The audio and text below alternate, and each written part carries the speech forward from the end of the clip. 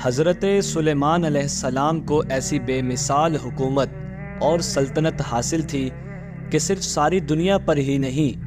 بلکہ جنات، طیور اور ہوا پر بھی ان کو حکومت حاصل تھی، مگر ان سب کے باوجود موت سے ان کو بھی نجات نہ تھی، اور یہ موت مقررہ وقت پر آنی ہی تھی۔ بیت المقدس کی تعمیر جو کہ حضرت داؤد علیہ السلام نے شروع کی،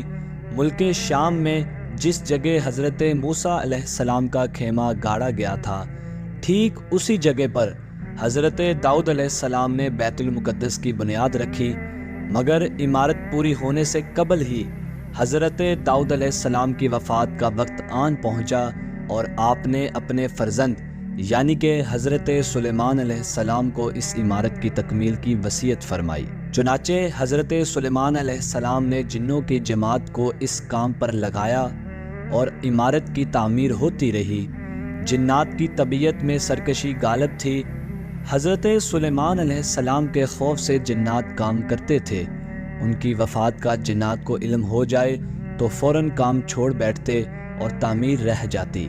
یہاں تک کہ آپ کی وفات کا وقت بھی قریب آ گیا اور عمارت مکمل نہ ہو سکی تو آپ نے یہ دعا مانگی کہ الہی میری موت جنوں کی جماعت پر ظاہر نہ ہونے پائے، تاکہ وہ برابر عمارت کی تکمیل میں مصروف رہیں اور ان سب کو علم غیب کا بھی جو وہ دعویٰ کرتے ہیں وہ بھی باطل ٹھہر جائے۔ یہ دعا مانگ کر آپ محراب میں داخل ہو گئے اور اپنی عادت کے مطابق اپنی لاٹھی ٹیک کر عبادت میں کھڑے ہو گئے،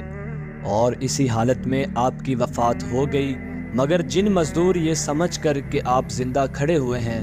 برابر کام میں مصروف رہے، اور عرصہ دراز تک آپ کا اس حالت میں رہنا جنوں کے گروہ کے لیے کچھ باعث حیرت اس لیے نہیں ہوا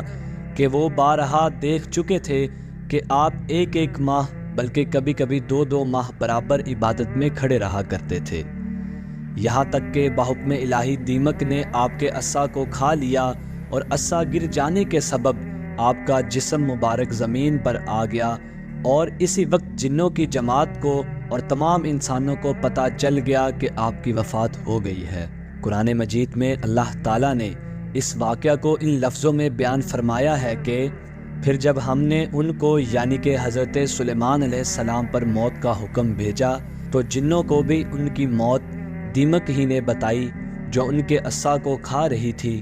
پھر جب حضرت سلیمان علیہ السلام زمین پر آ گئے تو جنات کی حقیقت کھل گئی۔ اگر وہ غیب جانتے ہوتے تو وہ اس ذلت کے عذاب میں اتنی دیر تک پڑے نہ رہتے۔ والسلام۔